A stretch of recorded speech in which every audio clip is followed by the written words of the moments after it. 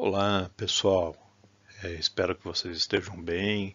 É o professor Newton quem fala em mais um capítulo que vamos trabalhar de sinais e sistemas. Hoje vamos falar um pouco mais de história e tecnologia. Se vocês se lembram, discutimos um pouco a questão da telegrafia, quando surgiu, para quê, como foi feito. Aproveitamos e vimos a questão da codificação eficiente, né, de sinais e as transmissões que podem ser feitas aí com compressão de dados. E vimos que esses conceitos de compressão de dados são tanto aplicáveis a telecomunicações como são aplicáveis à computação. Em seguida, examinamos a telefonia fixa, os seus desafios, como isso foi feito ao longo do tempo, usando o FDM inicialmente, a multiplexação por divisão e frequência, depois o TDM, a multiplexação por divisão no tempo. Chegamos então nos desafios que foram resolvidos pelo Harry Next. Em seguida, vimos a questão de como compor sinais a partir de uma série de funções e estudamos então as séries de Fourier, tanto as séries trigonométricas como as séries exponenciais. E hoje começamos então um novo capítulo muito interessante, que é como apareceu no mundo e como isso foi utilizado, né, a bem da humanidade, que é a radiotransmissão, que no fundo é a transmissão de ondas eletromagnéticas que vamos poder modelar num certo sentido para que passe informações de um lado para outro, usando meios aéreos e até mesmo o espaço. Este tema sobre o rádio vamos dividir em 4 tópicos aí: a radiotransmissão em si, examinar um pouco historicamente como isso foi sendo desenvolvido, aproveitar e falar de ondas eletromagnéticas e então como podemos avaliar antenas e enxergar se uma antena pode ser eficiente ou não a partir de alguns critérios. Em seguida, examinar se existem limites estabelecidos hoje para a questão de transmissão e recepção de ondas eletromagnéticas e se elas fazem mal à saúde humana, à saúde animal, enfim, à saúde dos seres vivos. Não poderíamos deixar de citar a contribuição do físico alemão Heinrich Hertz, Hertz, que hoje dá nome às unidades de frequência que trabalhamos em telecomunicações. O Hertz foi um físico que teve acesso e muita curiosidade e realizou aí diversos experimentos na área de eletromagnetismo. Ele já tinha acesso a trabalhos anteriores feitos, já sabia da teoria consolidada proposta pelo Maxwell e em novembro de 1988 ele realizava experiências de uma forma bastante intensa, até que ele conseguiu demonstrar de uma forma experimental a existência de ondas eletromagnéticas e dessa propagação de ondas eletromagnéticas.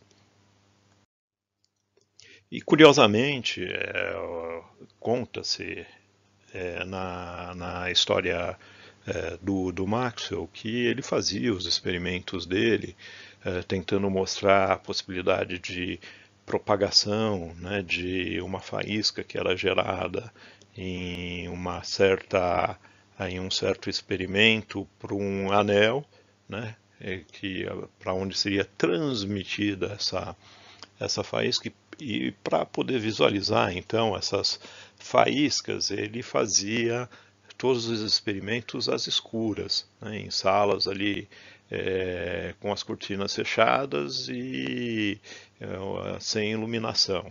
Então isso era bem interessante. Então o experimento que o Hertz montou, ele foi bem interessante. Ele, desse lado direito da mesa, ele dispôs aqui de uma bateria, né, de um mecanismo aí de indução de corrente e capacitores, né, esféricos, de tal sorte que ele chaveando esse circuito né, à base de um indutor e com capacitores, você explora, né, tanto os efeitos que acontecem no capacitor, onde a tendência é gerar uma corrente elétrica que é proporcional à variação de tensão no tempo, e nos indutores, onde a gente gera uma tensão, uma alta tensão, né, que vai ser proporcional então à característica física do indutor que eu estou usando e à variação de corrente. E com isso, por aproximação desses eletrodos, né, em um certo ponto, essa tensão e a quantidade de cargas armazenadas rompiam o dielétrico do ar, criando um fagulhamento, né? Então ele se valeu desse circuito basicamente para o indutor, para gerar alta tensão, e aqui tem um armazenamento de cargas para criar esse efeito de fagulhamento. E o grande desafio dele foi então, né, conseguir, né, mostrar que esse fagulhamento, então essa variação, né, tanto elétrica, em termos de tensão e de corrente, gerava uma perturbação no campo elétrico e no campo magnético desse circuito que se propagava, né? E o que ele quis mostrar então com esse outro anel devidamente posicionado é que essa perturbação eletromagnética poderia ser captada por esse anel, né? Isso poderia gerar uma diferença de tensão tal que rompesse também o dielétrico, né, entre esses dois eletrodos, né, replicando a faísca que acontecia nesse circuito aqui. E finalmente ele teve êxito, né, em um certo ponto da experiência e dos ajustes experimentais que ele fez, ele criou um fagulhamento nesse primeiro circuito aqui, e esse fagulhamento foi instantaneamente transmitido para esse outro anel, né? Comprovando então a possibilidade de se criar e de se transmitir um efeito eletromagnético, que nesse caso foram fagulhas. E aí vem uma história interessante nesse período do final do século XIX, em que o Hertz ele ficou realmente focado em seus experimentos, né? E ele deixou de enxergar a possibilidade de repente monetizar, né, com o resultado dos experimentos que ele estava realizando. E por outro lado, nós tínhamos aí pessoas que estavam atentas ao que estava acontecendo, entre elas o Guglielmo Marconi, né, um jovem aí na época dos 20 anos, que leu, né, o trabalho que o Hertz fez, e ele se questionou, puxa, se a gente consegue realmente fazer uma transmissão eletromagnética, será que isso não poderia ser usado para transmitir voz? Né? Esse era um dos questionamentos que ele fez. Cabe então citar dois atores que trabalharam em paralelo em suas devidas localidades, o Guglielmo Marconi, né, um italiano, que passou a fazer experiências de radiotelegrafia e depois radiotransmissão de voz, e o padre né, e engenheiro Landel, que fez experimentos equivalentes aqui no Brasil, né? O Marconi tem uma história em que ele se muda em um certo ponto para a Inglaterra, consegue fundos e finalmente faz a implementação do radiotelégrafo, né? Onde através aí da modulação de uma portadora ele consegue fazer a transmissão de um traço e um ponto de um equipamento para o outro. E a partir daí ele passou a investir na viabilização da transmissão da voz, né? Analogamente, a gente teve no Brasil aí o padre Landel, que em 1983 já realizava experimentos, e conta-se curiosamente que um deles foi a transmissão simultânea de uma missa em duas localidades diferentes, onde uma, obviamente, ele estava presente em pessoa e na outra ele estava usando o receptor de rádio para retransmitir a voz aos fiéis, né? E graças ao Landel, em 1905, a Marinha Brasileira começou a fazer testes, né, de viabilidade e utilização do radiotelégrafo, né, nos seus navios ou dos seus navios para pessoal em terra. O Landel ele inventou, digamos assim, o rádio historicamente antes do Marconi, né? 2 anos antes do Marconi. Os dois entraram com pedidos de patente, né? Reclamando aí para si a invenção do rádio. Só que o processo de patente do Landel demorou para acontecer mais do que o processo do Marconi, né? Então, o processo do Marconi saiu antes, então a patente, de fato, é aquele que consegue a patente primeiro, e, portanto, a invenção do rádio foi atribuída ao Marconi. Porém, se você olhar a história, ainda mais como um brasileiro, você vai entender que o Landel, historicamente, ele fez esse trabalho 2 anos antes do Marconi.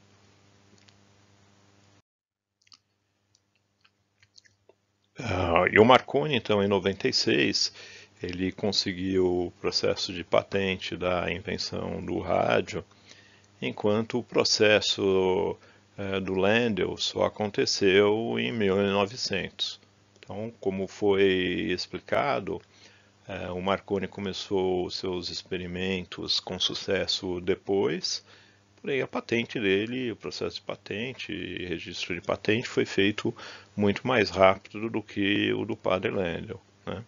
E muitas pessoas, isso aqui é uma citação que tem na internet, eu transcrevo aqui, mas eu não vejo muita similaridade entre as comparações usuais que a gente vê na internet, né?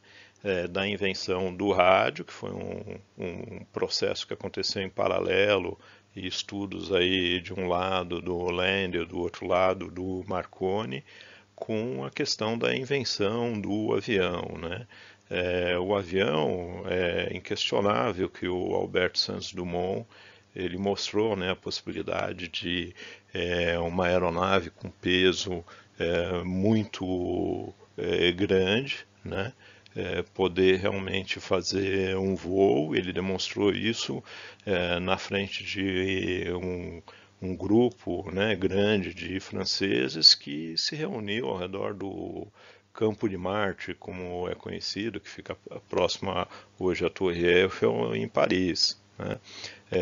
Enquanto, se você for verificar a história norte-americana, a história americana atribui a invenção do avião aos irmãos Wright, né, que fizeram o seu experimento sem, na verdade, um propulsor, e a partir de um local rural onde as testemunhas, as poucas testemunhas que foram alegadas são até questionáveis, né? Então, realmente fazer uma comparação da invenção do avião com a questão da invenção do rádio não é correta. E aqui entra um outro ator muito importante, né, que foi o Lee De Forest, que inventou a válvula triodo, descobriu a válvula triodo em 1906. Então, a partir da válvula triodo, a gente viabiliza a construção de amplificadores e de osciladores, e nessa data então a gente considera o nascimento da eletrônica, né? E logo depois, então 4 anos depois, nós temos o aproveitamento, né, da válvula triodo em receptores de rádios como esse que estão aqui apresentados. E olhando esse circuito, primeiro vamos analisar aqui o lado direito, né? Acho que cabe mencionar então os fones de ouvido, né? Os fones de ouvido eles têm um ímã e um eletroímã de tal sorte que uma variação da corrente aqui que passa por eles, né, é transformada, né, por atração e repulsão, né, no puxar ou no empurrar de uma cuíca, produzindo um som, né? Então o circuito aqui do lado direito possuía, né, baterias, né, que polarizavam, né, deixavam esse lado carregado positivamente de cargas e esse lado negativamente de cargas. E aqui entra então o princípio da válvula, primeiro a válvula diodo, vamos explicar, né? Eu coloco aqui uma bateria de tal sorte a esquentar, né, um filamento. Esse filamento ele chegava né, a ficar luminoso, né, portanto emitia fótons e emitia elétrons também, né? E aí, em função dessa polarização, né, eu tenho uma polarização de cargas positivas e de cargas negativas desse lado. Os elétrons literalmente fluíam desse lado, né, do catodo então para o anodo, ou num sentido convencional da corrente elétrica, eles fluiriam, corrente elétrica no sentido convencional fluiria desse lado aqui, né, não permitindo circulação no sentido contrário. O que o Lee De Forest fez, se você olhar, né, o símbolo, ele introduziu uma grade, né, uma grade metálica, cheia de furinhos aí, semipermeável, de tal sorte que, né, aplicando aqui uma pequena diferença de potencial, né, entre o teu terra e a grade, né, você conseguia modular literalmente essa passagem de elétrons que acontecia do filamento para né, esse anodo. Tá? E com isso, então, né, com uma pequena variação de potência, né, ou de potencial que era aplicado aqui, eu conseguia modular uma grande quantidade de corrente, que ia depender da resistência e dessas baterias que eram então colocadas, e portanto criar um efeito de amplificação aqui de potência do sinal, que podia ser ouvido nos fones de ouvido. Tá? E agora, se eu olhar o lado esquerdo desse esquema, né, aqui eu tenho ondas eletromagnéticas sendo irradiadas, captadas pela antena, né, então a antena, em função de estar exposta aí às ondas eletromagnéticas, transformava uma parte da energia delas em corrente elétrica, né, e essa corrente elétrica passa por um circuito, né, que carinhosamente a gente chama em telecomunicações de circuito tanque, né, que nada mais é que um circuito constituído aí por um indutor e um capacitor, né, um capacitor cujas placas poderiam variar de posição, então é o que a gente chama de um capacitor variável. E esse circuito LC, a gente sabe que ele é um circuito do tipo passa-faixa, e portanto poderia selecionar a faixa de frequências que estão sendo excitadas aqui na antena, que iriam passar para o restante do circuito, né? Aqui eu tiro o componente DC e essa frequência, então essa variação de frequência é amplificada pela válvula, né? E a envoltória disso era então possível, né, de ser ouvida, a parte audível, né, dessa variação, era possível então de ser escutada com esses headphones. Então está aqui simplesmente mostrado, né, o circuito clássico, né, de um radioreceptor, onde a gente tem antena, entrando então nesse circuito seletivo LC, que a gente chama de circuito tanque, e sendo amplificado aqui por uma válvula triodo, né? Obviamente depois da invenção do transistor de junção, PNP, NPN, né? Em 49 e comercializado aí a partir da década de 1950, isso passou a ser substituído pelo transistor, ou mesmo depois os transistores de efeito de campo, miniaturizando, né, todo esse sistema que ficou conhecido aí como rádio receptor. E aqui cabe apresentar um outro circuito bem interessante que ficou conhecido aí como rádio de galena, né? Galena porque esse sistema aqui de diodo, né, que fazia a retificação, era implementado, né, por uma pedrinha, né, um cristal de semicondutor que permitia então só a passagem de corrente de um certo do lado esquerdo aqui nesse sentido, né, convencional para o lado direito aqui de diodo e que então era aproveitado para montar um circuito de rádio que não era energizado. Repara, né? Nesse circuito que eu não tenho nenhuma bateria aqui associada, tá bom? Falando um pouquinho mais desse circuito,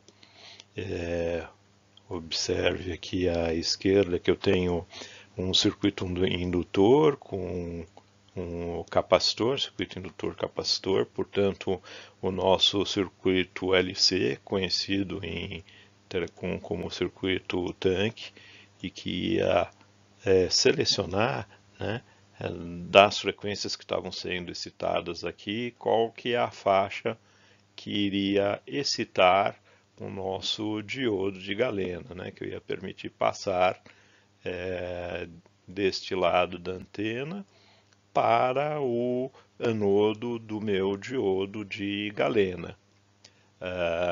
E vocês devem ter estudado este circuito aqui, né, envolvendo esse capacitor, esse diodo e o headphone, o fone de ouvido pode ser visto como uma pequena resistência. Vocês devem ter estudado isso como um retificador, né? Retificador que a gente chama aí de meia onda, portanto, uma variação, né, de sinal que eu tenho aqui do lado esquerdo, do lado direito, se eu olhar nessa parte aqui do circuito, eu vou estar permitindo só passar a envoltória, né? Então, em fundamento, vocês viram isso como um retificador, e aqui a gente vai refrasear, né, ele, que é um pedaço também aqui importante de circuitos de telecomunicações, como um detector de envoltória. Tá? Então, se eu não tiver mais aquele sinal AC para retificar, mas obviamente eu tiver um sinal variando, desculpe aqui o desenho, eu estou desenhando com o mouse, né, do lado esquerdo, do lado direito do circuito eu vou estar olhando só a envoltória.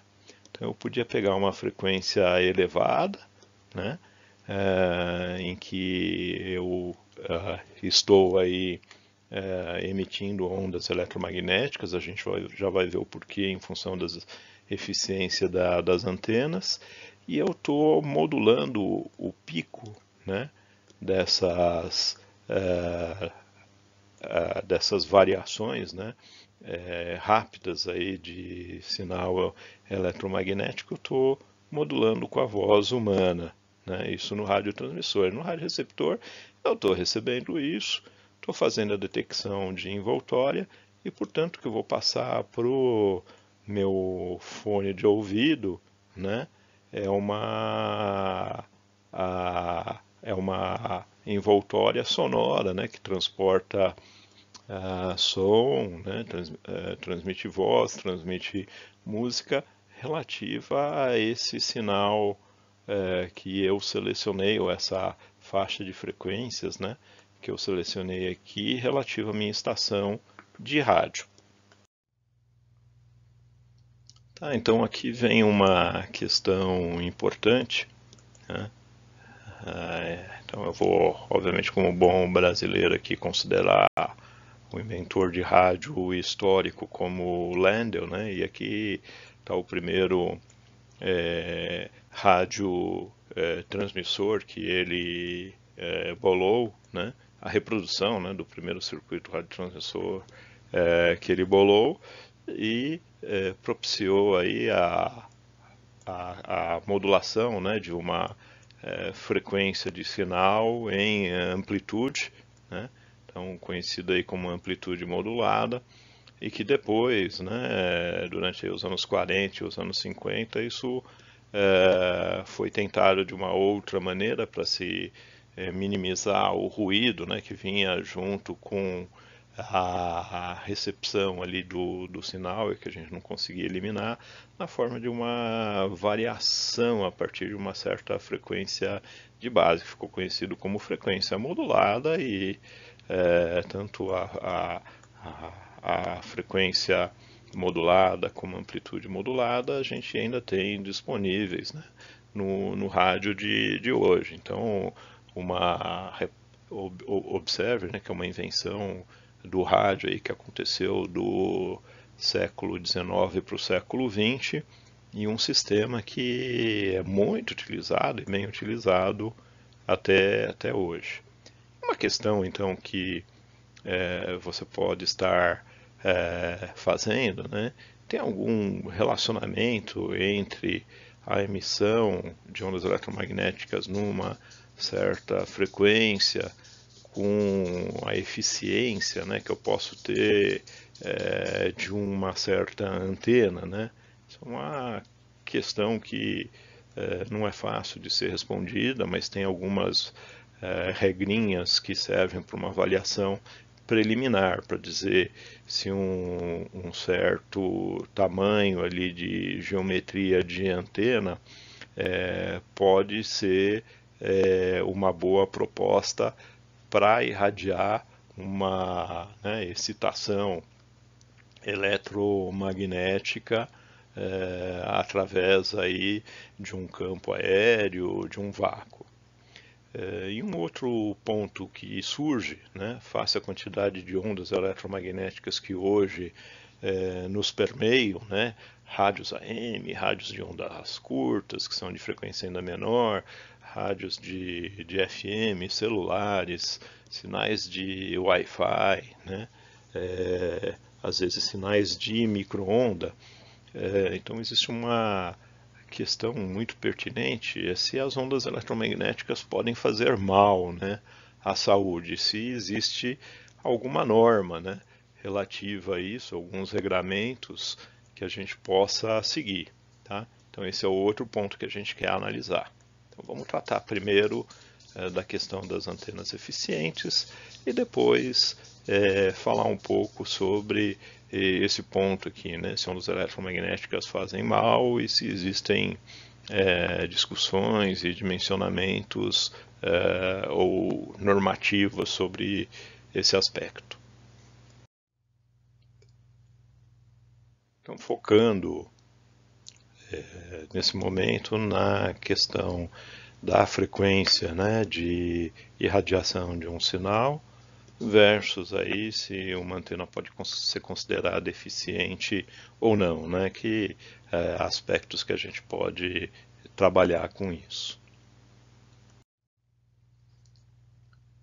Então, algumas regras práticas são utilizadas numa avaliação preliminar, né, se o tamanho de uma antena vai ser eficiente para fazer a irradiação ou mesmo do outro lado fazer a recepção de um certo sinal eletromagnético que está variando com uma determinada frequência.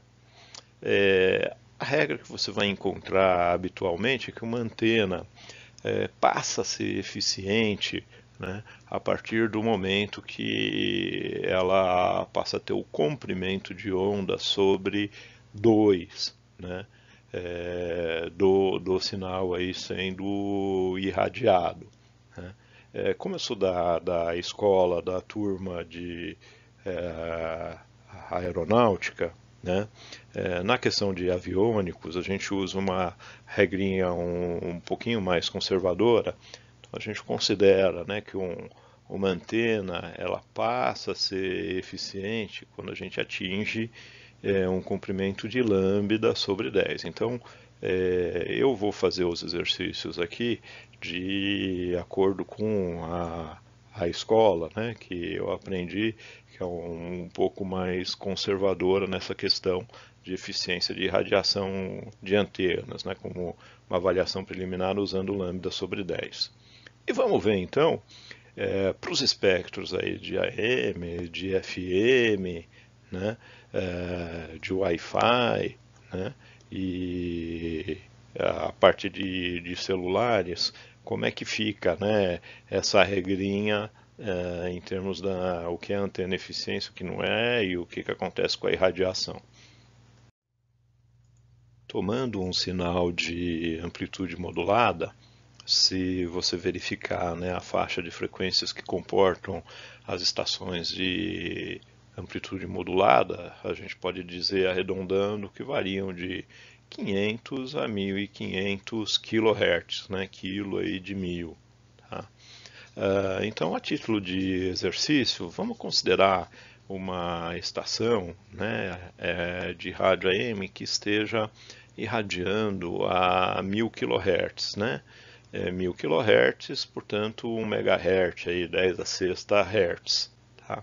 A relação entre a frequência, né, e o comprimento de onda, né, de um sinal é dado pela velocidade com que a luz, né, é irradiada no meio e também as ondas eletromagnéticas, né, elas têm que respeitar essa relação.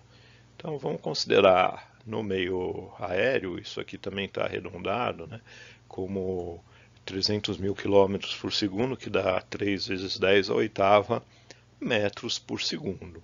Tá? Então, se eu sei que C é igual a lambda F, né, o lambda, que é o comprimento de onda do sinal, vai ser a velocidade da luz no meio da propagação, velocidade de propagação da onda eletromagnética, dividido pela frequência. Então eu vou ter 3 vezes 10 oitava metros por segundo, né, dividido aí por 1 MHz, ou, né, com a unidade de Hertz é 1 sobre segundo. Então, dimensionalmente, eu vou ter aqui metro por segundo, vezes segundo, né, dimensionalmente vão sobrar metros, que é exatamente a unidade, né, do comprimento de onda. Então, eu vou ter uma onda de 300 metros, né? E aí uma primeira questão curiosa que eu faço para você, né, é uma onda de comprimento de 300 metros, né, AM irradiando nessa faixa de frequência de 1 mega. Ela cabe, né, eu coloquei aqui, né, cabe em um túnel, né, e um túnel literalmente na concepção que a gente faz aqui no Brasil, né, um túnel muitas vezes de concreto protendido, concreto armado, né, onde você vai colocar ali cimento e por dentro uma armadura de ferro. Né? Então, se você imaginar um túnel, vamos imaginar um tamanho de abertura grande de um túnel, né, pensar em um semicírculo, simplificadamente, com aí 15, 20 metros de raio, né, teria uns 40 metros de largura, né, para comportar várias faixas de rolamento. Se você for ver, né, 300 metros, em termos de comprimento de onda, 300 metros não cabe em 40 metros. Né? Então, o que acontece se você estiver sintonizando uma rádio AM, né, no seu carro, no seu automóvel, e você entrar num túnel desse, né, o teu sinal some imediatamente depois que você entrar no túnel, tá? Simplesmente porque a irradiação eletromagnética acessa essa faixa de frequência dentro do túnel. E tudo que você vai ouvir, né, no seu rádio AM, os rádios têm normalmente um circuito de controle automático de ganho, ele vai puxar o sinal, né, que vai estar nessa frequência, então provavelmente vai ser uma frequência aí harmônica derivada, né, do pulsar, né, de elétrico aí das velas, né, do automóvel, e vai amplificar isso. Então você vai ficar ouvindo o ruído quando você estiver dentro do túnel, né, imediatamente após entrar e até fazer a saída. Você não consegue fazer a transmissão de ondas AM. Por outro lado, olhando aquela regrinha, né, uma onda M nessa faixa de frequência, eu passo a considerar, né, uma antena eficiente a partir de 30 metros. Né? A antena mais simples que a gente tem é o que a gente chama de monopolo, né? Que nada mais é do que uma haste estaiada, como está mostrado nesse desenho aqui. Né? Eu tenho uma armadura aqui por onde simplesmente passa um cabo até a ponta lá em cima, onde a gente costuma também pôr um sistema de para-raios, né? Então tem dois cabos, né? Um para o sistema de para-raios e a antena que está aqui por dentro estaiada, né? Que é para que a armação aqui de ferro ela não caia, né? Com ventos, né? Que podem acontecer aqui e provocar momentos em cima dessa armação aqui estaiada. Então, simplesmente a gente tem que ter aí imagina, né, uma antena monopolo, né, de 30 metros, né, de comprimento levantado, para poder dizer que a gente tem uma irradiação eficiente, né, dessa rádio de 1 MHz. E um aspecto que fica é onde é que a gente põe, né, uma antena que vai ter que ser erguida, né, com 30 metros de altura. Então, se você observar normalmente, né, busca identificar uma antena M, né, então uma antena normalmente vai ter um comprimento grande, essas antenas são fixadas no chão, né, e em geral as rádios AM estão, né, onde está sendo feita a radiotransmissão efetivamente, né, está o locutor de rádio, vai estar dentro de uma casinha ao lado dessa antena. Então ela é estaiada a partir do chão, em face o comprimento aí muito grande que ela tem, né, e em geral você tem uma casa pequena que vai abrigar os equipamentos aí de telecomunicações que vão gerar essa excitação no caso de 1 MHz. Então, já no caso do FM, né, se a gente repetir esse exercício, a gente vai observar, né, que a rádio FM vai de 88 até 108 MHz. Então, vamos tomar a título de exemplo uma rádio, né, que esteja irradiando aí em FM a 100 MHz, né, a portadora dela esteja a 100 MHz ou 10 oitava Hz, né? Considerando a velocidade da luz como 3 vezes 10 oitava e repetindo aquele cálculo que a gente já fez no slide anterior, a gente vai ver, né, que o comprimento de onda é de 3 metros. Tá? Então, voltando também à pergunta da questão anterior, uma rádio FM ela cabe, né, em um túnel. Tá? Então, se for olhar, normalmente um túnel tem uma largura maior do que 3 metros. Tá? Então essa onda eletromagnética não vai enxergar, né, também entre aspas, aí, o túnel como anteparo sólido, como acontece com a AM. Ela entra no túnel, né, mas em função do tamanho da armadura, né, que vai estar aí, ao redor do túnel, a armadura de ferro, né, que vai estar ao redor do túnel, versus o comprimento da tua onda, né, que vai estar irradiando, né? Essa onda, a gente poderia dizer de uma forma chula, né? Ela vai ficar batendo, vamos dizer assim, né? Ou refletindo aqui na armadura, e toda vez que ela, né, ela submete aí a armadura a essa excitação eletromagnética, ela vai perdendo um pouco de energia, né, na forma de corrente. né? E naturalmente a onda refletida pode ir gerando uma interferência construtiva ou destrutiva dessa onda. Então o que acontece é que a onda ela vai perdendo energia, né? A irradiação ali, eletromagnética 100 MHz, ela vai perdendo energia conforme você entra no túnel na armadura, e a partir de um certo comprimento, né, que você já percorreu ali dentro do túnel, a irradiação eletromagnética ela vai ter uma energia tão baixa que ela cessa. Tá? Então, usualmente, quando você entra num túnel, por exemplo, num carro, né, ou se você estiver num ônibus ouvindo uma rádio FM, procure observar, né, que você vai conseguir escutar a rádio até um certo comprimento do túnel. Dali cessa a transmissão de FM, né, que você não tem mais potência de sinal, né, sendo irradiada a um certo comprimento do túnel, e ela volta a acontecer, né, quando você está próximo da saída do túnel, né, onde você tem ali as ondas de novo conseguindo penetrar sem perder toda a energia na armadura do concreto armado do túnel em questão. Voltando para a regrinha do lambda sobre 10, a gente tem que o lambda sobre 10 aqui daria 0,3 metros, 30 centímetros. Então, por exemplo, uma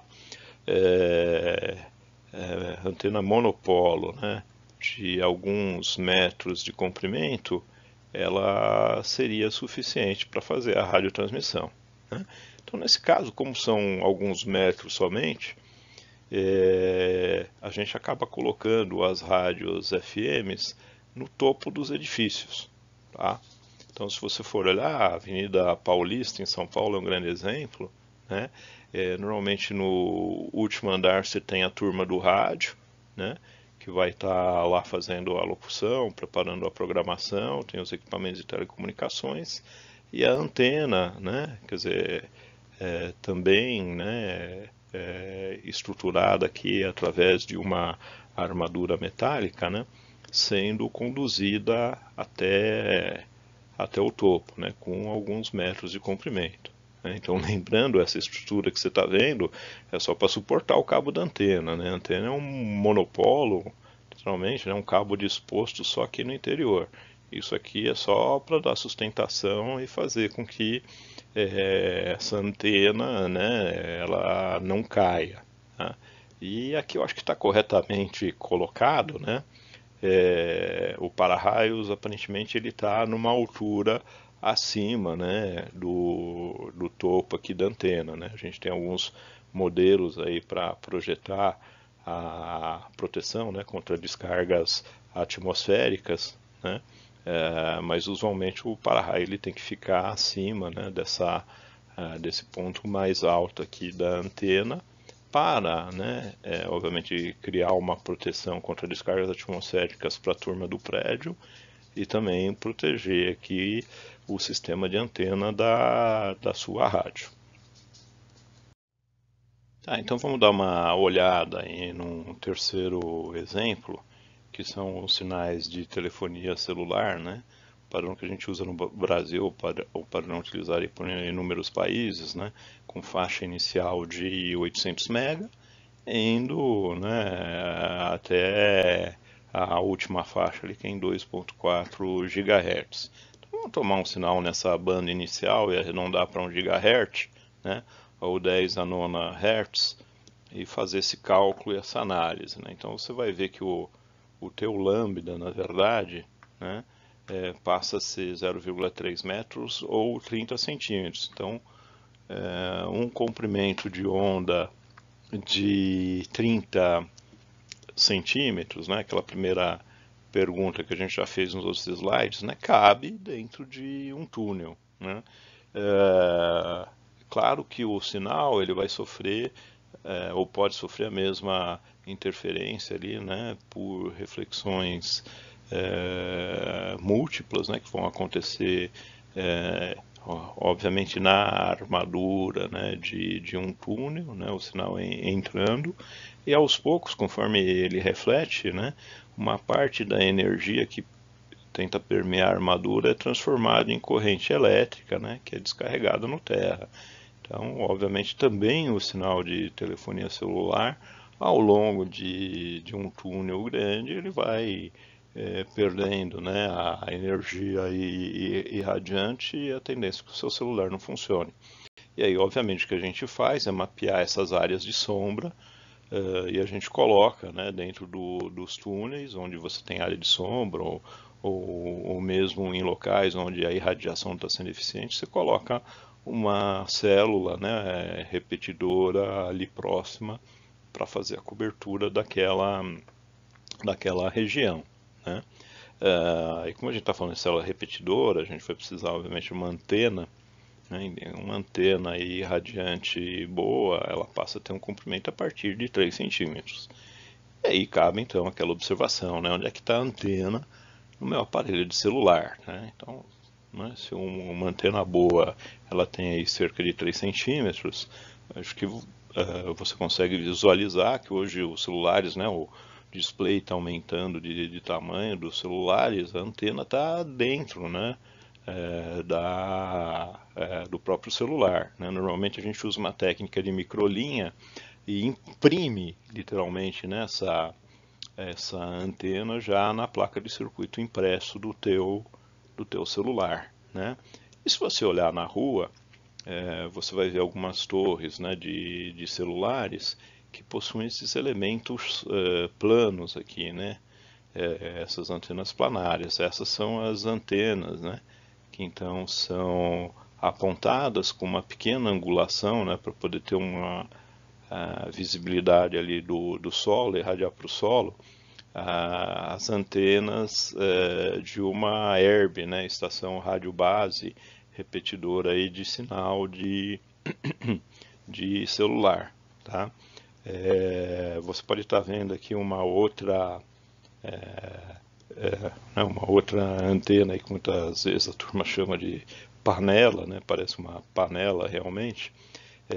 Na verdade, esse sinal, por exemplo, de 800 MHz, né, que está sendo irradiado para os celulares que estão aqui ao redor, né, por isso que a gente tem essas diversas antenas aqui fazendo melhorando, né, essa cobertura aí em 360 graus, são convertidos ainda para uma frequência maior. O elemento, né, dessas antenas ele normalmente está bem aqui no centro, e isso aqui é só para melhorar a diretividade, né, de irradiação do sinal, né, não deixar o sinal irradiar para todos os lados, mas ter uma certa diretividade, onde a gente faz um radioenlace de microondas, né, então numa faixa de frequência mais elevadas. Se você olhar, por exemplo, com um binóculo a partir, né, do direcionamento dessa antena, você vai encontrar a antena que pode estar a alguns quilômetros lá de distância dessa estação rádio base repetidora aqui de sinal de cobertura de celular, ok? Então nós vamos trabalhar agora o segundo ponto, né? Ondas eletromagnéticas fazem mal para a saúde. Então, entender, né? O primeiro entendimento sobre o ponto de se ondas eletromagnéticas fazem mal é a compreensão do que são campos eletromagnéticos ionizantes e os não ionizantes, né? Que estão detalhados aqui nessa figura à sua direita. Eu deixei então essa figura um pouco maior, né, ocupando a página, para a gente poder identificar, né? Então, uma frequência irradiante aí com alguns hertz, né, até uma centena de hertz, a gente diz que é uma onda eletromagnética de frequência irradiante extremamente baixa, né? Um exemplo simples é a própria, né, variação aí da corrente alternada, né? Tem 50, 60 Hz, né? Ela cai nessa classe de frequências ELF. Em seguida a gente tem, né, uma faixa de frequência aí de kHz, né? De alguns kHz, que a gente chama de faixas de frequência muito baixas, né? Very low frequency, né? e aqui extremely low frequency, né? O ELF, aqui very low frequency. Então essas faixas de frequência, se você fizer aqueles cálculos que a gente fez anteriormente, você vai ver que ele tem uma capacidade irradiante bem aí, limitada, né? Não que não seja capaz de gerar interferência, né? Uma coisa curiosa que você pode estar imaginando veja, nessas torres de transmissão eu tenho um monte de cabos paralelos, né, com sinais que estão na mesma frequência, porém em fases diferentes, né, o sistema trifásico, com quilômetros e às vezes centenas de quilômetros, né, em paralelo. Então, de repente, isso pode formar uma boa antena, né, e a gente ter interferências, né, de um cabo para o outro, na verdade. Tá? Vou deixar essa questão no ar por enquanto. E aí a gente tem as ondas de rádio, que vão de algumas centenas de kilohertz, como o AM, né, até aí a faixa de 10 oitava, 100, 100 e poucos megahertz, né, como exemplo.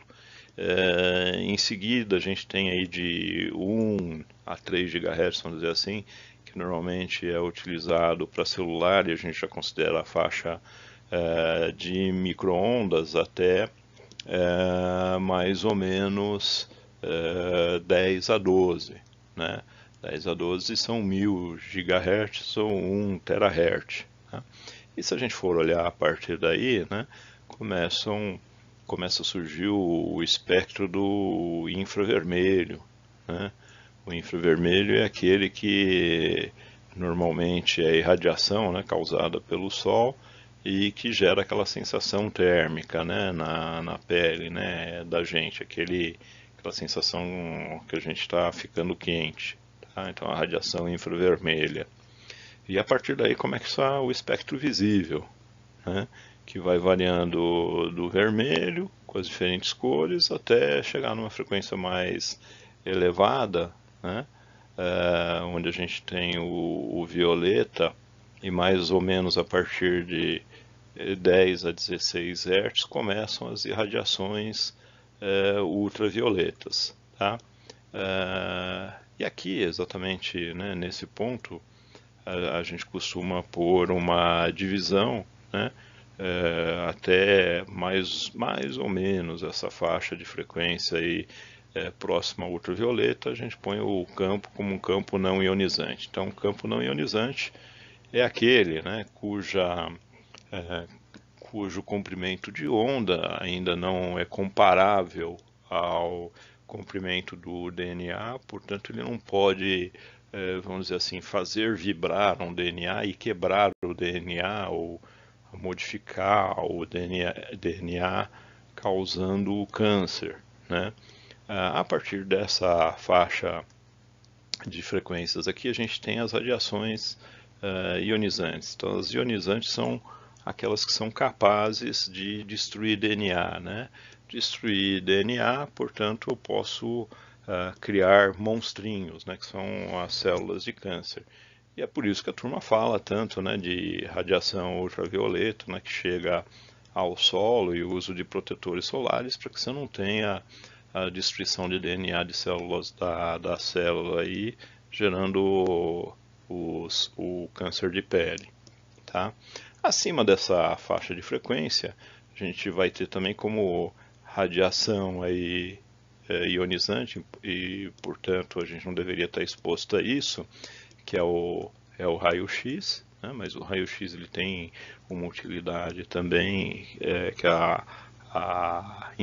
permeabilidade dele é diferente dependendo do tecido, se é ósseo, se é não ósseo, e é normalmente utilizado ali, né, para fazer uma série de análises, né, principalmente ortopédicas. Tá? E finalmente a gente tem, né, evolui aí para a questão dos raios gama, né, que podem acontecer, principalmente em processos de fissão, fusão nucleares, e que também são extremamente perigosos. Né? Toda essa faixa de frequência aqui é uma faixa de frequência capaz de destruir DNA, tem diversas características de penetração aí no tecido, então podem causar câncer em diversas áreas, né, do corpo, e você não deve ser submetido a elas, né? A gente deve estar protegido. Normalmente quem nos protege dessas radiações naturalmente é a atmosfera, né, terrestre, que viabiliza a vida. Mas em uma série de situações a gente tem aí a radiação de raio-x natural ou mesmo, né, uma fonte de raio-x para alguma aplicação específica e de raios gama também. Aqui dando continuidade à nossa explicação, se a gente tomar então as radiações não ionizantes, então a gente viu que até o final, mais ou menos o final da faixa de frequência visível que a gente tem no espectro, né, uma série de estudos aí foram feitos e recomendações são dadas, né? Esses estudos depois a gente vai questionar eles um pouco mais, tá? A gente vai ter depois nas transparências disponibilizadas diversos links, tá?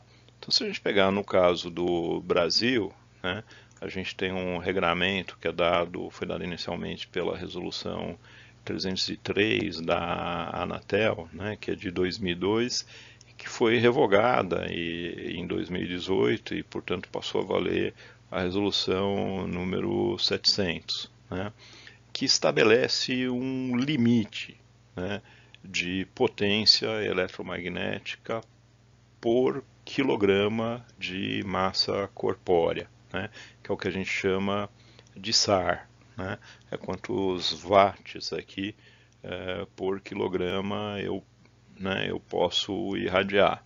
E que no caso do Brasil são permitidos 2 watts por quilograma.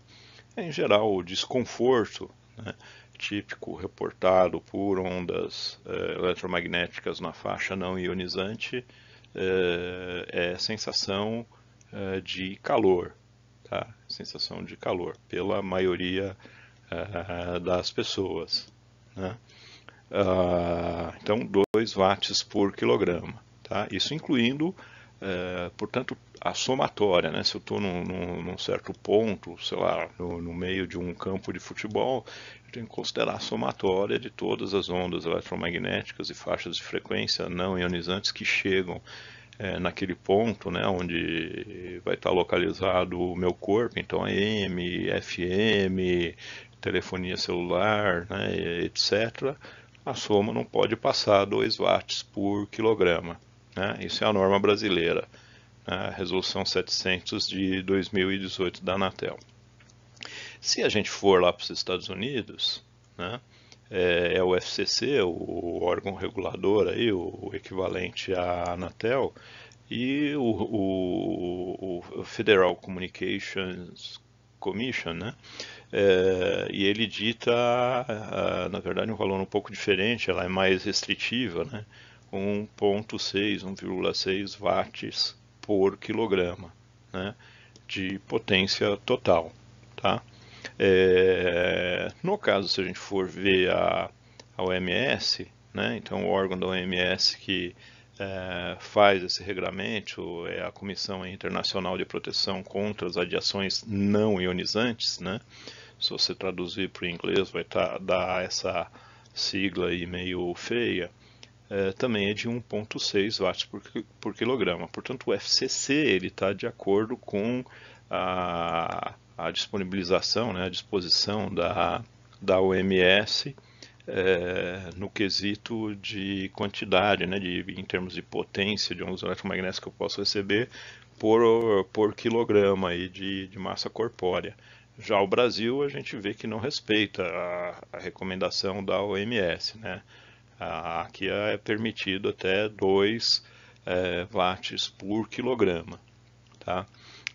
Então aqui tem algumas observações que a gente pode fazer. Então, primeiro, de novo, a disposição, né, o regulamento ele fala de 2 watts como potência total, né?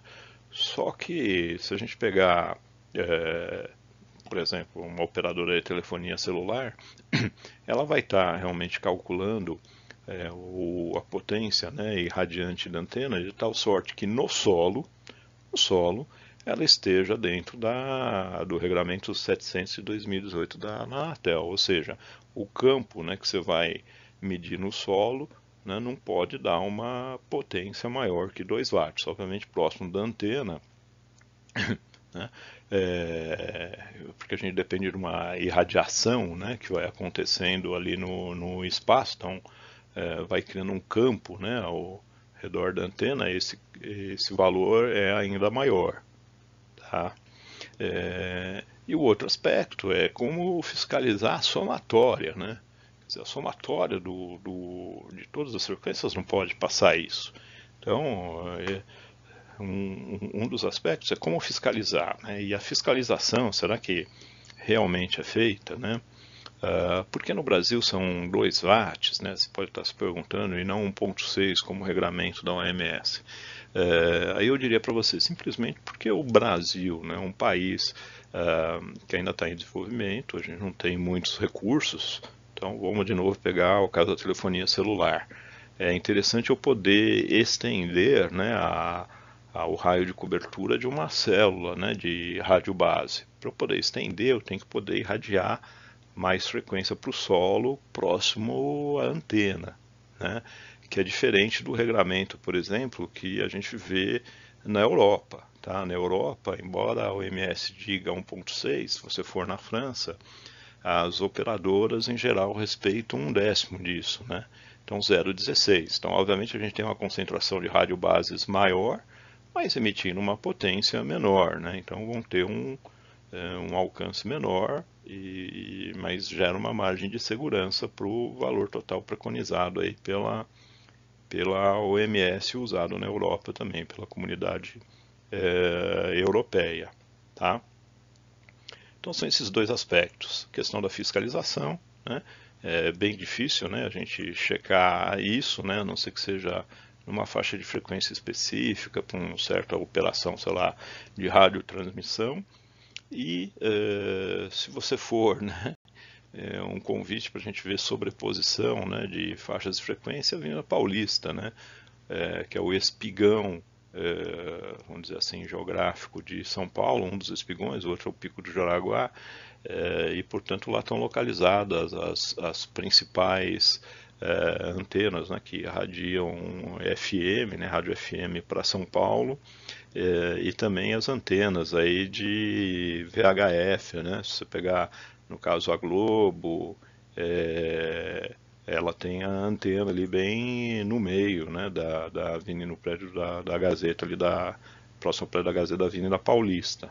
Né?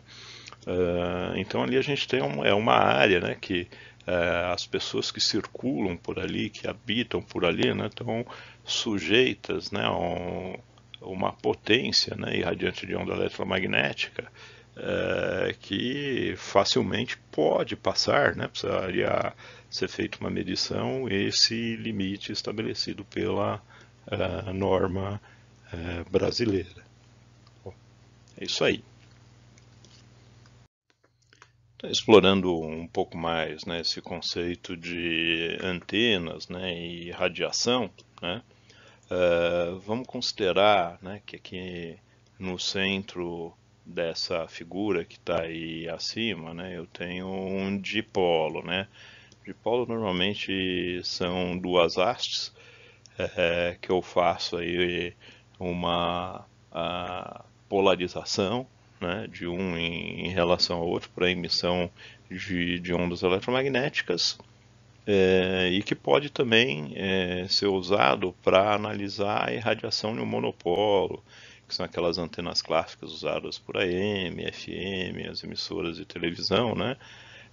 Como sendo uma parte do teu dipolo, né, que está irradiando aqui, e o plano de terra, né, que daria a assimetria. Obviamente eu não irradio para cá, mas é só para a gente poder imaginar que essa metade aqui representa também o diagrama de radiação de monopolo. Bom, se a gente fizer um corte pelo Equador, pela linha do Equador aqui dessa esfera, a gente vai ter um diagrama de radiação que está representado aqui abaixo e à direita, né? Então eu estou irradiando potência igualmente em todos os 360 graus que eu estou olhando, né? Então se o meu monopolo, eu estou vendo ele aqui de cima, ele é um ponto aqui no centro, né?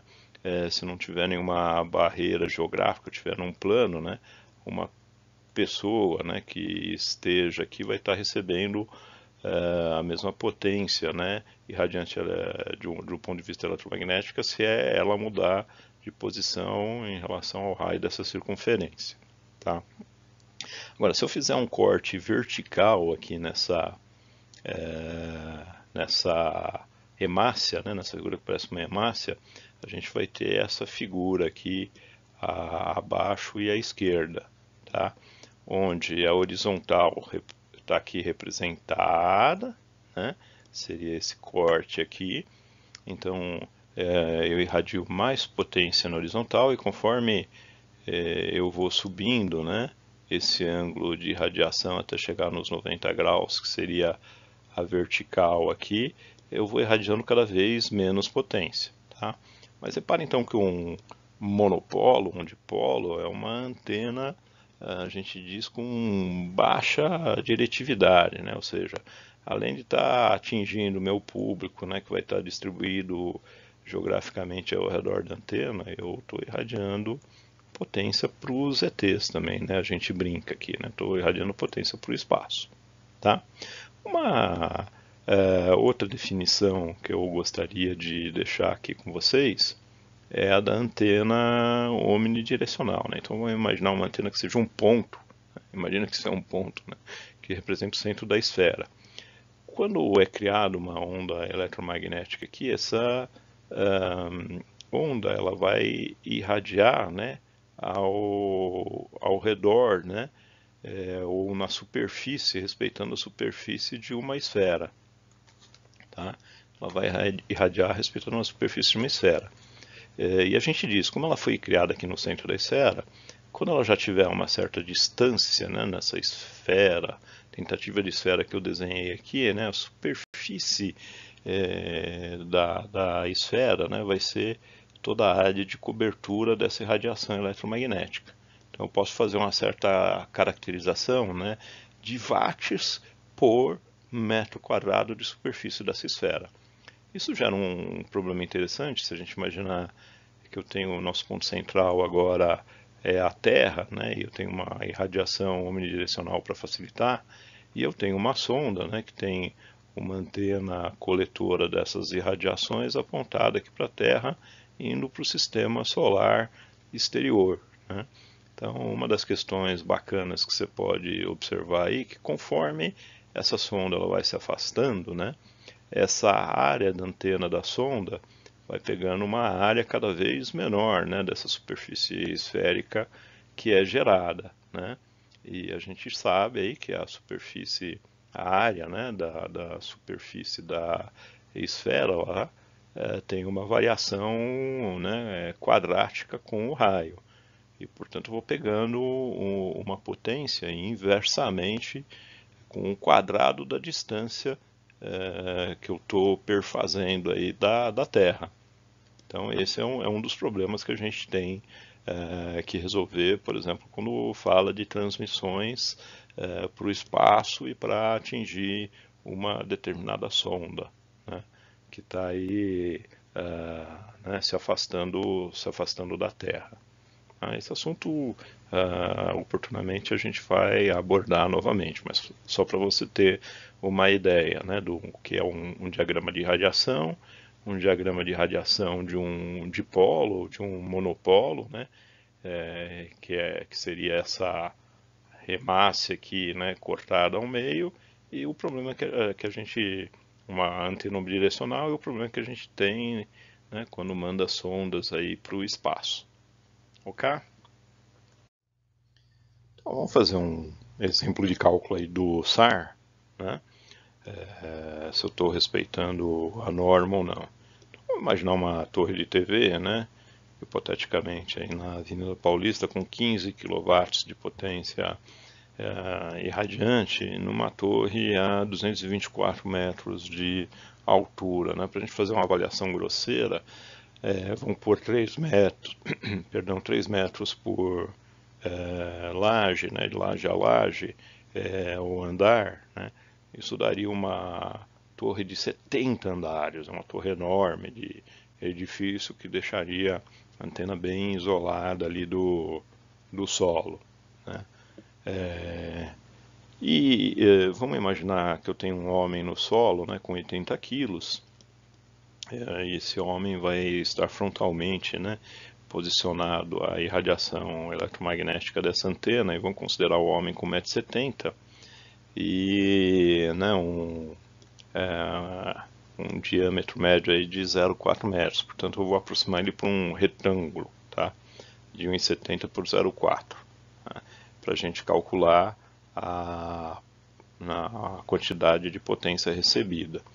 Para isso eu vou imaginar que a antena é unidirecional, que não é bem verdade, né? A gente já viu do slide anterior que o monopolo ou né, o dipolo ele tem uma diretividade que ele não irradia igual em todas as direções, né? Mas só para efeito de cálculo, vou imaginar que eu estou irradiando igual esfericamente.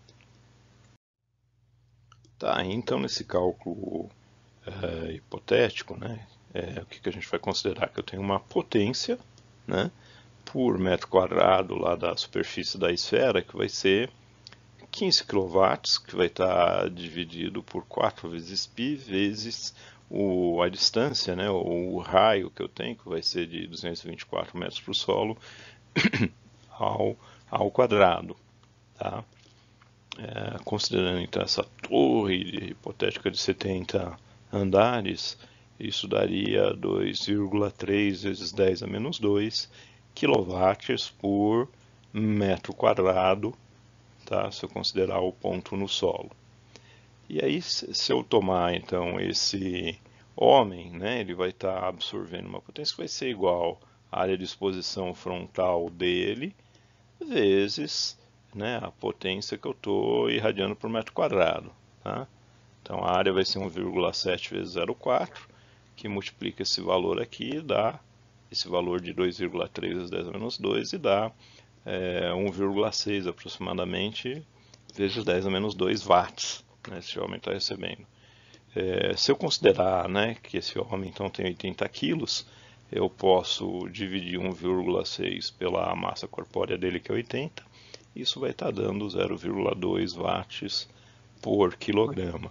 Né? E, portanto, nessa situação hipotética, eu estaria respeitando aí a norma da Anatel. Tá? Agora, se você colocar o homem a 3 metros dessa antena, ou seja, né, no último andar do edifício, né, antes do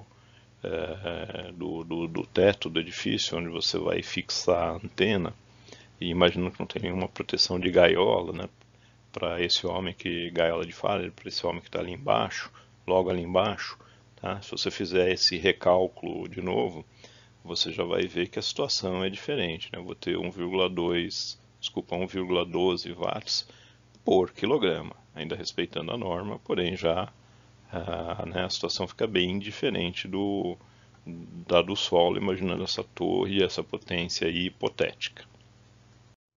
Eu vou deixar para você um primeiro exercício, né, for home, onde você vai imaginar, né, que você tem uma situação doméstica agora, um transmissor de Wi-Fi, sei lá, está em cima da tua mesa e você está colocado a 10 centímetros de distância, com a mesma área frontal, né, que a gente calculou no exercício anterior, e que você tem esse mesmo peso. Né? Então, para fazer esse cálculo, você vai precisar procurar a potência, né, do teu Wi-Fi. Então, a tiro do exercício é bem interessante, que você pega a potência do teu roteador Wi-Fi, né, que você tem na sua casa, procura o modelo na internet, vê a potência irradiante que ele tem, e faça esse cálculo aí, considerando 10 centímetros de distância, né, como se fosse possível estar exposto frontalmente a essa distância aí de 10 centímetros. E depois eu sugiro até que você refaça o cálculo, né? Vamos imaginar que você está quase abraçando a antena, né? Que você não esteja 0,1, mas você esteja 0,01, né, metros de distância. Veja se você respeita o SAR ou não, tá? Então, só justificando, né, por questões de SAR e por questões de radiação, normalmente a melhor posição para você fixar uma antena de Wi-Fi é no teto, né? No teto, porque é onde você tem menos barreiras, né, geográficas para atingir aquela área que vai estar ao redor, né, do cômodo, ao redor, por exemplo, uma área de escritório, e você vai estar aí, imaginar um pé direito de 2,5 a 3 metros, né, e você sentado, você vai estar a pelo menos 1,5 metro de distância da antena, se você estiver bem embaixo, né, da antena, tá? Então, simplesmente lembrando da regra do quadrado, né, esse SAR por, né, que é a quantidade de watts por quilograma, vai ser bem menor se você lembrar sempre de fixar a tua antena de Wi-Fi no teto. E o segundo fator é que as características de radiação com a antena no teto, elas são mais interessantes também. E aqui então uma coletânea de estudos, né, clicando nos links que estão aqui sublinhados no material, você vai poder abrir cada um deles, né, que na verdade falam um pouco de pesquisas, né, que foram feitas aí durante um bom tempo e com um bom número, né, de amostras de pessoas para saber se ondas eletromagnéticas fazem mal ou não. A primeira feita pela a pesquisa aí que eu gostaria de relacionar, que é feita pela Interphone Study Group, com parceria, né, com o IARC, né, que é um instituto de pesquisa de câncer. Ele evidenciou nesse estudo, que é de 2011, né, o aumento de incidência de tumor maligno no sistema nervoso central dos indivíduos que usam frequentemente celular do mesmo lado da cabeça, tá? Uma das questões aí levantadas nesse estudo, por esse estudo, é que realmente quando o telefone toca, você atende, liga o rádio, e a tendência é que você coloque o rádio no seu ouvido, né? E o seu ouvido tem, né, obviamente para poder atingir o ouvido interno, você não tem uma área óssea ali te protegendo, vai estar em contato diretamente a irradiação eletromagnética ali com o cérebro, né? E esse estudo, então, ele traz esse questionamento, né? Esse uso contínuo. Depois tem um estudo que foi feito por uma universidade na Finlândia, né? Em geral, o pessoal de país nórdico e mesmo de país europeu é bem preocupado com a questão de radiação eletromagnética, né? Onde na verdade ele diz que sim, aumenta a incidência, né, de tumores malignos, mas não necessariamente o uso, né, contínuo de celular, né, aí próximo ao corpo com rádio ligado, mas não necessariamente ligá-los à cabeça, né? Pode aparecer em qualquer lugar do seu corpo, né? Esses estudos eles sempre coletam aí um grande número de casos, né? E ao longo de vários anos e com entrevistas, né, de comportamento de uso de telefonia celular, né, frequência, versus onde as pessoas o utilizam. Então, tem um outro estudo aqui que é interessante reportar, que foi feito pela Universidade de Oxford, né, coletando inúmeros casos aí, e comportamentos de uso, né, então evidenciando a questão do tumor maligno novamente na cabeça, né, uma série de tumores que acontecem na cabeça associado ao uso prolongado de telefone celular, por mais de 5 anos, esse uso caracterizado com a pessoa falando, né, com o telefone na orelha, por mais de 30 minutos. Tá? E depois tem um trabalho, aqui está o link, né, feito em Lyon, na França, aí patrocinado também pelo IARC, onde ele evidencia, né, a chance de ocorrência de câncer aumenta em até 40% para aquelas pessoas que usam o celular muito próximo da cabeça, e novamente aparece aí essa média de 30 minutos por dia. Tá? Então, desses estudos, a gente pode tirar algumas recomendações simples, né? Então, as recomendações é que, embora realmente não seja um campo ionizante a faixa de celular, e tendo em vista aí as normas, né, de regramento de watts por quilogramas, que são normas que, se você olhar o estudo com atenção, são estudos empíricos, e considerando esses outros estudos que foram feitos aí por longo tempo, estudando comportamentos de uso, o que a gente recomenda não utilize, né, o telefone realmente no seu ouvido por mais de 30 minutos. E se você tiver que fazer, né, faça com um foninho de ouvido. Né? Então, uma pessoa que trabalha com vendas ou trabalha falando no telefone celular por muito tempo, ao invés de manter o telefone do lado da cabeça, né, na próxima cavidade auricular, use um foninho de ouvido, você mantém o telefone afastado aí, a uma distância mais segura do teu corpo, ok?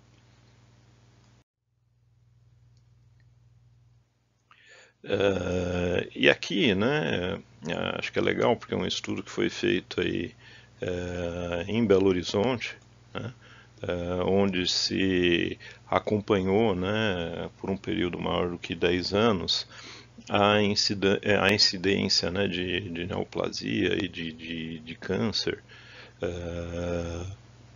com pessoas que... Como é que funciona isso? Com pessoas que habitam próximas, né, a torres de telefonia celular. Né? Então esse é um estudo bastante interessante, o link está aí, né, feito no Brasil. Um estudo bem cuidadoso, levando em consideração as torres instaladas aí ao longo do tempo e a distância que essas pessoas habitavam, e se tiveram, né, as que tiveram incidência ou não. E eles chegaram, né, à conclusão que realmente uma quantidade de mortes, né, por neoplasia interessante foi causado por pessoas que habitam um raio de até 500 metros, né, das torres de estação rádio base. Né? E fora desses 500 metros, né, a quantidade de mortes foi decrescendo proporcionalmente à distância das torres. Tá? Então esse é um estudo assim, muito interessante. E tendo visto esse estudo que foi feito em BH, em Belo Horizonte, aí bem detalhado, né? Uma outra possível recomendação que a gente pode gerar, que infelizmente nem todos podem cumprir, né? É que de preferência não more, né, muito próximo, numa distância menor de 500 metros, do que estações rádio base ou de radiocomunicação aí de potência. Tá? Eu digo muitas vezes isso não é possível, porque às vezes você realmente respeita isso, ou sei lá, vai morar em um local que não tem nenhuma rádio base próxima, e de repente o teu prédio vizinho aí resolve, por exemplo, diminuir o condomínio, fazer o aluguel do teto ali do edifício, e uma estação rádio base é colocada muito próxima de você. Tá? Então, isso nem sempre é possível. Se for possível, né, tenta respeitar, né, esse limite e faça esse estudo, né, bem detalhado, que inclusive foi feito aqui, aqui no Brasil. Então espero que você tenha apreciado, né, essa teoria sobre rádio, radiocomunicação, e as questões aí normativas. E para a gente praticar, né, eu estou deixando aí alguns exercícios, né, para que você fixe esses conhecimentos. Um deles sobre SAR, tá? Então dá uma pensada nesse exercício, imaginando aí né, uma potência de 50 kW naquela mesma torre que a gente falou, e depois a 3 metros de distância, né? E que recomendações você daria, né, em uma situação e outra situação. Toda vez que a gente dá recomendação, a gente não pode esquecer de citar a norma, né, dar um embasamento técnico de estudos aí que foi feito. Então, cite as normas. E aqui, né, eu peço para você dar uma examinada, né, como futuro aí conhecedor das telecomunicações, e fazer um resumo crítico da resolução 700 aí da Anatel, aquela de 2018. Tá?